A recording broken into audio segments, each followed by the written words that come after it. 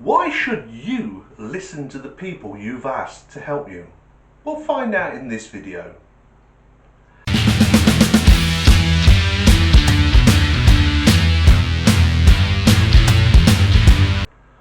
Hi, my name's Andy, this is the Q4 channel, and once again I'm talking from the shed. And the shed's a little bit chilly at the moment. So, why should you listen to those you've asked to help you? Well, I'm going to explain that in this video, but first, if you haven't already subscribed, don't forget, hit the subscribe button. Do it now, you know you want to. Hit the bell icon, that way you don't miss out on future content. And as always, if you feel like it, leave a comment. So why should you listen to those that you've asked for help? Well, as I've said many times, and in quite a few videos, I've been a test driver for nearly 20 years. That means I help develop and test prototype cars for the car industry. So why don't they listen to our advice? After all, they came to us and asked us to test their vehicles. We write reports on these vehicles. Many reports, we write them every day. Now you ignore those reports at your own peril. And I'm going to tell you a little story about somebody who didn't listen.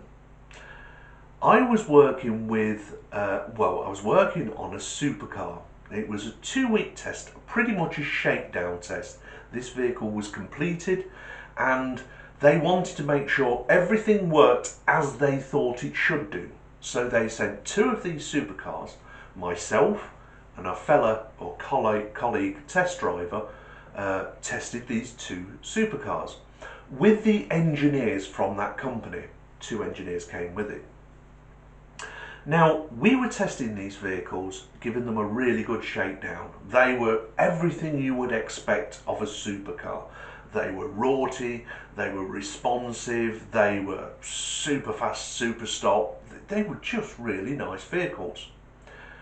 So they were testing everything as not just engine and electronics, etc., but they were testing all of the gadgetry within inside the vehicle. And at the end of it, they asked for our feedback, which you would naturally do. That's the sensible thing to do. And I said to the engineer that was working with me, I said, you know what, this is a great car. It's one of the few cars, that supercars at least, that I've got out of and I've felt comfortable when I've got out of the vehicle. I've not felt like I was falling out of a bone shaker. I said, and I want you to put this in your report. And he said, okay, yeah, I'll put it in. I said, it's got no soul. And he went, what do you mean? I said, look, people fall in love with vehicles because of the quirkiness of them, or something that they just fall in love with. It could be something small. It could be that it's got an extremely comfortable seat. It could be just the simple fact that it's got cup holders in just the spot that they want them. Million and one reasons why people fall in love with vehicles.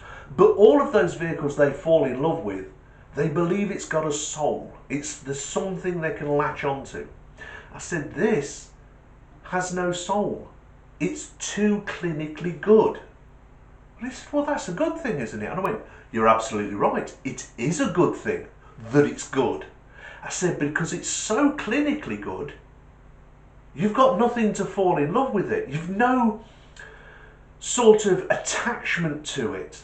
I said, I don't know whether it's the engine note it's got, the way it starts, I don't know what it is, but you just don't fall in love with the vehicle. It has no soul. I can't explain it any better than that. I said, but it's the difference between being so clinically good, it was like driving a PlayStation. Have you ever done a racing game on there? You don't care if you crash the vehicle because, hey, you'll just carry on. That's how it felt driving this. There was so much gizmos in there to help you drive fast and safely that you didn't feel connected with the driving experience. Just like a screen that you're playing on an Xbox or a PlayStation, whichever. It has no soul. So he put that in his report.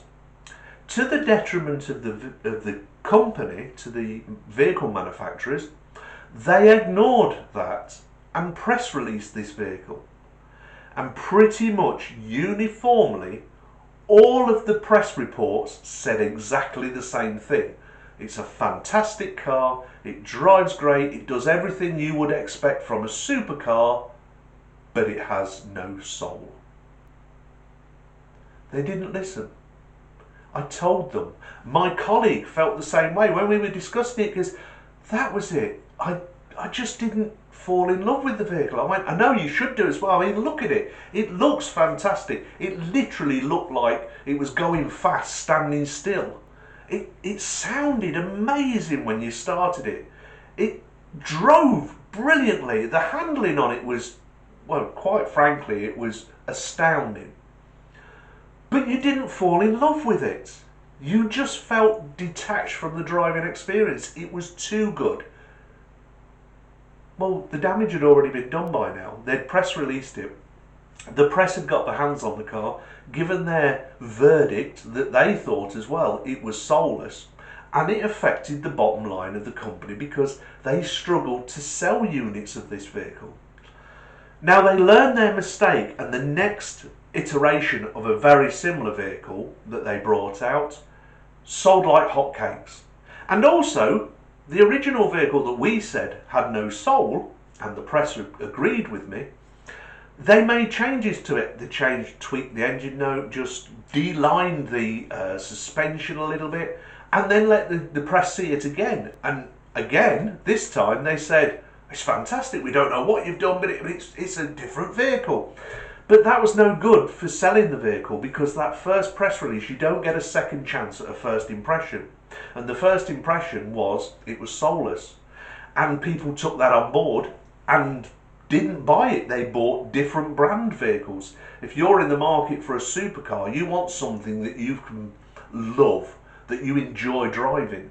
And this, although a fantastically accomplished piece of equipment, you just didn't love driving it because it had no soul. You didn't fall in love with it. So then you go and buy a different supercar. When you've got that kind of money, you want something that you love. But the second iteration of it, the one they detuned slightly and made worse, if you like, people loved. But by then the damage has been done. So they put that knowledge into the next vehicle. And the next vehicle, for supercars, sold really, really well. So like I say, why wouldn't you listen to those you've asked for help? They came to us to help test it, and they asked our opinion. And we do what we always do. We were honest with them. We wrote the report. We told them. And I specifically said to the engineer that was working with me, and by this time we worked up quite a rapport. So when I told him, he put it into his report. Now I don't know what happened after that, whether he turned round and said, why didn't you listen? But it would be like you going to a doctor with a back complaint and he'd tell you that you've got to do something that would ease your back complaint, and you go, yeah, right, whatever, and carry on doing the one thing that was aggravating that back complaint.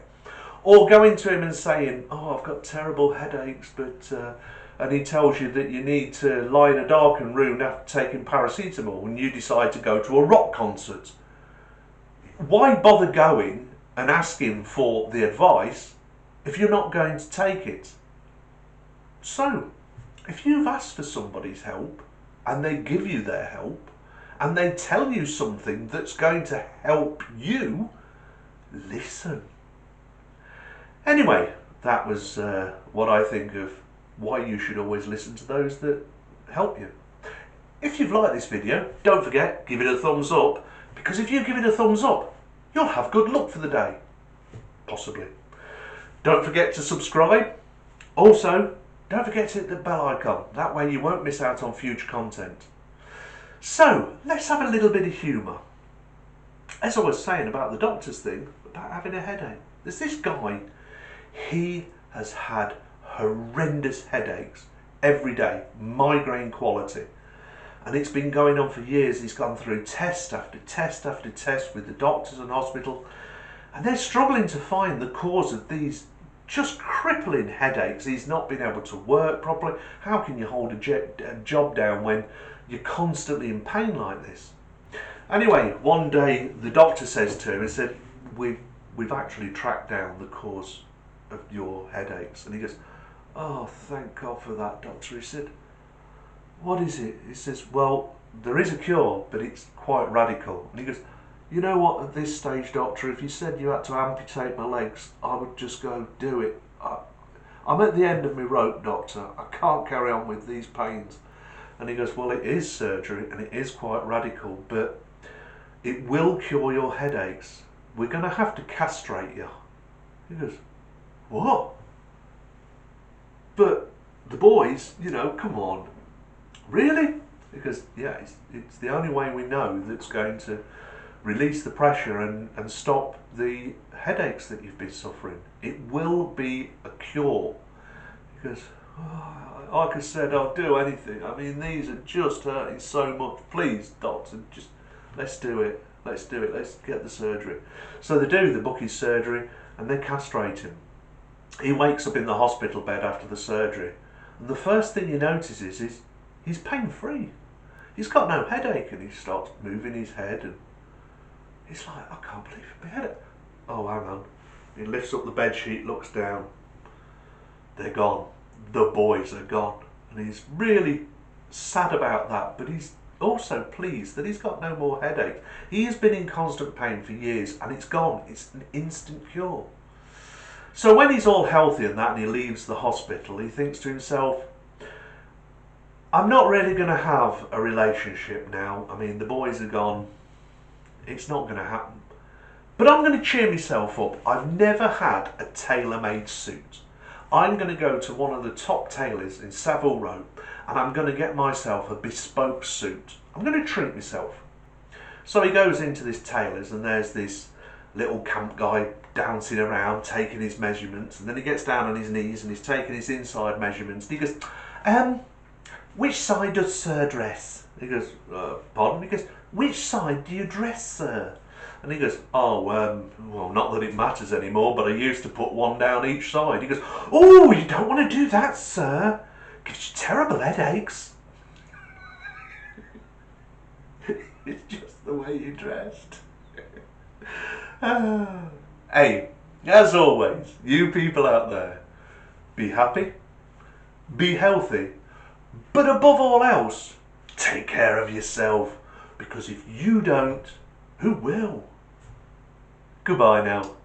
I'm a simple man, don't wanna complicate ya.